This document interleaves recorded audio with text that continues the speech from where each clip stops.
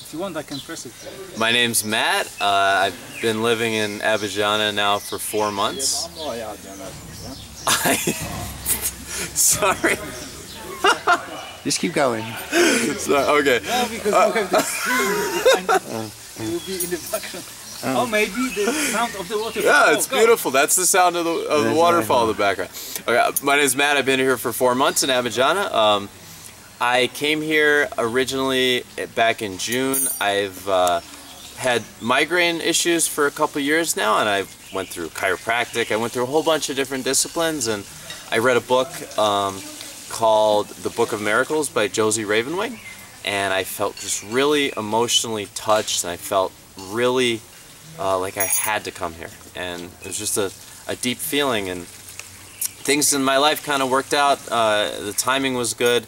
My lease ran out of my house in June, and I decided to take a chance. I quit all my jobs back home, took whatever money I'd saved up, and came down here, and really pretty open-ended. I wanted to make sure I had enough time to get what I need, and you know, once you've been here for a while, as you know now, you never know what's going to happen here. You never know how long things take, and it's a very mystical place. So. And you're going to tell us about your walking stick? Oh, of course. The walking stick. They all call me Moses now, or Moises in Portuguese. I walk down the street, oi Moises. So I like to do what I can to try to keep things light and try to make people smile however I can. So if it means being a bit of a clown, I can be a bit of a clown. But the actual stick itself, I went camping one night by myself down by the river. There's a beautiful river about 3 kilometers down the road from the Casa de Dominecio, and I went camping by myself one night. I backpacked all my stuff in. I survived through a really rough thunderstorm, and I was right by a river, and on the way out the next day I was like, you know what, I could use a walking stick, and I found the stick, and then I had these crystals. This amethyst I've had since I think I was born. My mother gave it to me a very long time ago, and this I believe I got in Sedona, Arizona. And this moonstone, I don't remember where I got it, maybe back home in Rochester. And then I had someone make a little copper heart here. I love you in 3 languages. I love you, eu te amo, and je t'adore. Just a reminder to love myself and to give as much love as I can to other people and to everything that I see. And I have plans to keep putting more special things. I just bought a rose quartz cross and one of the sacred hands that you see in Israel. I don't know the name of it. I'm sure you do. But yeah, I bought one of those, so I'm going to add those and maybe some other things to the stick. So yeah. So tell us about your experience. Have you've been before the medium? Yes, I've been before the medium many times now, probably 15 times. It's always, for me, a very remarkable experience. I can feel the energy of the Casa, the very high spiritual energy. It's a very, for me, it's a very soft, loving, just very gentle energy. And I can feel it as soon as I actually go in the line. And even if I'm waiting some days like today, there's a million people here, right? But I feel the energy in the line already. I like to be quiet in the line. And I feel the energy much more intensely going through the first current room, then even more intensely in the second current room where you make a left turn. And then just in front of the entity, there's giant, as you know, 6-foot tall crystals that are this wide. And sometimes I can see just like a white, very bright white aura behind John of God's head. And I just feel very uplifted and very grateful to be there every time I get a chance to walk through and see the medium. And it's always, you really never know what's going to happen when you bring your question to John of God. Originally, my first guide at the house I was staying at, he told me, he was like, oh, maybe they'll tell you go for surgery this afternoon. It was over a month before John of God told me to go for surgery. But up until then, it was just current all the time. I don't know why. Maybe I needed more cleansing than other people, or maybe the spirits, the entities knew that I was going to stay for a while. I don't know.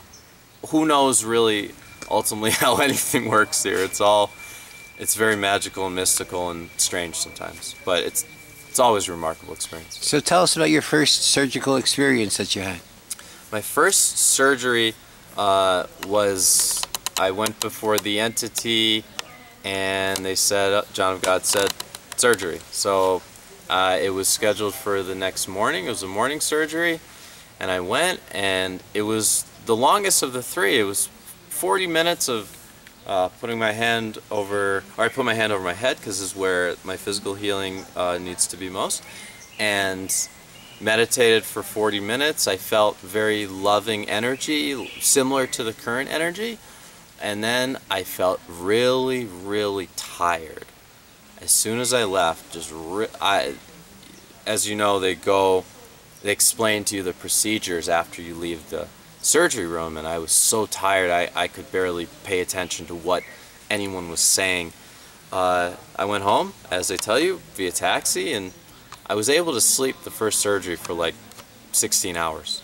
Maybe, I don't know if it was like right after, I think I might have ate some food, but I remember I slept for 16 hours, which was amazing because it was a morning surgery and I had slept, you know, enough hours the night before. My second surgery was a physical surgery, actually.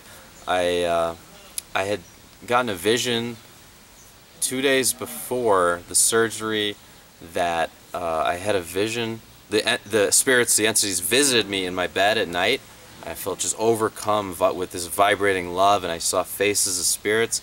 And then I saw a vision in my head of John of God doing physical operations. So I knew that they wanted me to do a physical surgery. So I volunteered, and you stand in front of the triangle that's above John of God's chair, and they tell you to close your eyes, look into the triangle and pray or concentrate on what you want.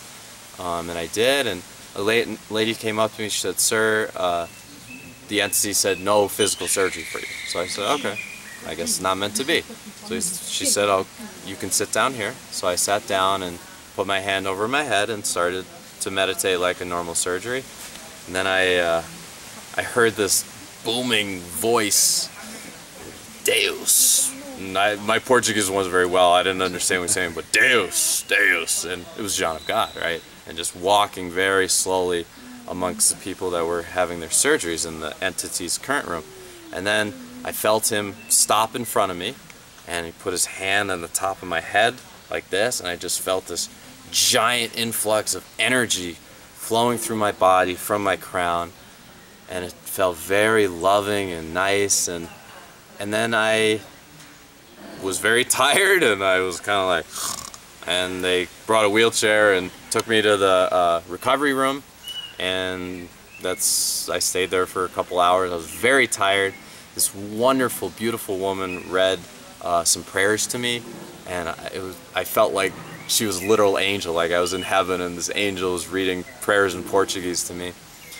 And then I went home and ate some, slept some more. So after that surgery, the second one, I was so tired that I didn't leave my house for 3 days. Just for 72 hours, I didn't even leave my house. I had enough food. I was just too tired to do anything. I didn't want to interact with anyone. And after that one, it took me a while to kind of feel like normal again. I felt like everything was kind of moving around. All my energy was changing a lot. And that's what it feels like for me, at least after all 3 surgeries, is I haven't necessarily felt better after the surgeries, but I felt lots of things moving around subtly, subtle energies, new energies. And it's a very mystical thing here, so I don't know ultimately what's happening, but it is. So then you said 4 months that you've been here. So would you consider yourself at this point healed? Has what you came for been repaired in your body? I would say that what I came for originally, no. I still have the migraine issues, but I would say that there's a lot of things that have changed about me that are very beneficial, especially emotionally. I went through a lot of sadness and a lot of fear for the first couple months here. Just lots of things that really needed to be brought up and felt. And I still go through them now. And I found myself being more loving to myself and to other people than ever before in my entire life. And there's no doubt about it. It's such a perfect place to learn to love oneself, to love others, to love the plants, the animals, everything. And I've had moments of absolute bliss and ecstasy here. Sometimes more than moments, sometimes minutes of just overcome with divine bliss and love. They've happened at the waterfall. It's happened when I'm hiking up on the hill. It's happened over breakfast. So the amount of spiritual energy that I felt is a lot. And things have changed. I guess I don't know if I got what I came for, but I probably have gotten what I need more than anything. I'm more comfortable now just with being however. If it's okay for me to be in pain if I need to be in pain. I don't have to run away from pain anymore. I can sit with pain better now. I can still love others and love myself even with pain. So I've learned a lot. And so what would you say if somebody came down because they were wanting a healing? You think other people have gotten healings and left healed? I think every single person that leaves here leaves healed. I don't think there's any doubt. Every person that I've met, and there's been a ton of people that I've met that have come here for a couple weeks or a month, have left, and they always leave very different than they came. Very different. Things shift. And healing and curing are not the same thing. Curing is the removal of symptoms, of physical symptoms. Healing is a deeper, more wholesome transformation of your entire being, your emotional body, your mental body. So I think every person that comes here gets some gift that transforms their life, and that's why many people come back many times. I've met people that have been back here 15 times or more because they come back, and every time they come they get a different experience and something else shifts. So I don't think that healing is a process that ever actually ends. I think we're always healing every day in our lives. I think this place is a really great place to accelerate your healing at a remarkable rate. Thank you. You're welcome. Thank you. Wow,